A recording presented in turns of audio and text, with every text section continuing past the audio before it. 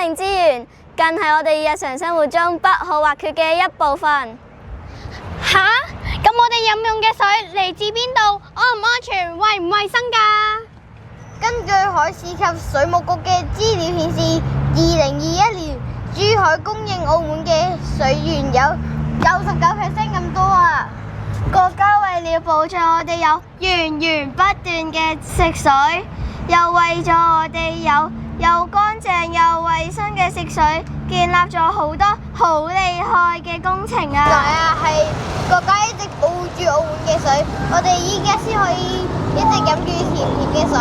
國家就似一個超級英雄，保護住我哋用水嘅安全。隨着全球氣候變化，西江上游已經持續3年出現乾旱嘅情況。西江流域因為水利發電、農業灌溉，用啲水真係越嚟越多啦，真係唔夠用啦。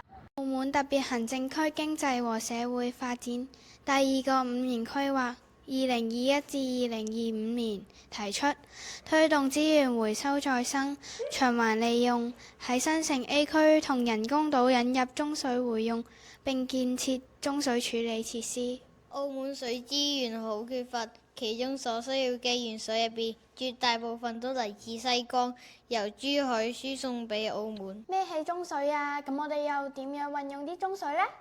其實中水就係經過處理可再利用嘅水，不但可以減少用量，仲可以保護環境。圖入面紫色嘅部分就係中水站，包括人工島中水站同埋路環中水站。咁我詳細啲介紹俾你聽啦。收集生活中嘅污水，經過污水處理廠就會變成中水，可作為非飲用用途。中水可以用嚟沖廁同埋綠化，仲可以節省淡水資源。中水供應嘅區域主要集中喺已建有雙管道系統嘅城區，以及新發展嘅城區。水務局仲好細心，為避免接錯單位內嘅水管，中水管道同其他顏色唔一樣㗎，係紫色，容易辨認。